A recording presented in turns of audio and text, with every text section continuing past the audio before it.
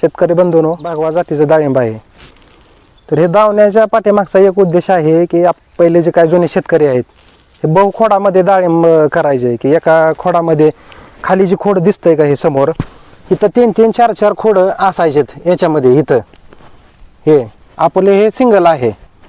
तर हे ठेवण्यामागचा उद्देश काय आहे की 4 खोड असल्यानंतर आणि सिंगल खोड असल्यानंतर हे झाड जे डेव्हलप होतं एका खोडामध्ये, हे अशा प्रकारचं झाड डेव्हलप झाल्यामुळे याच्यात सूर्यप्रकाश प्रत्येक फांदीला जातो आतमध्ये, आणि डाळिंबामध्ये सूर्यप्रकाशाचा रोल हा मोठा आहे.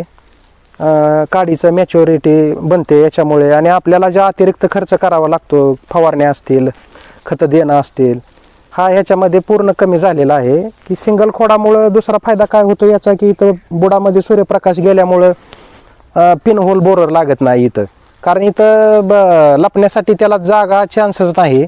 आणि दुसरी गोष्ट, जमिनीवर सूर्यप्रकाश गेल्यामुळे इथं नेमॅटोडची समस्या येत नाही, आणि हा कमी खर्चामध्ये शेतकऱ्याचं चांगल्या पद्धतीचा एक हा पॅटर्न आहे.